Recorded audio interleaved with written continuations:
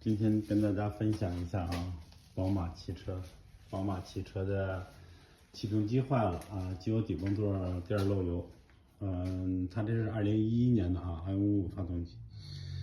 在这下面有一个护板用8个的工具打下来，然后有一个用5个的阀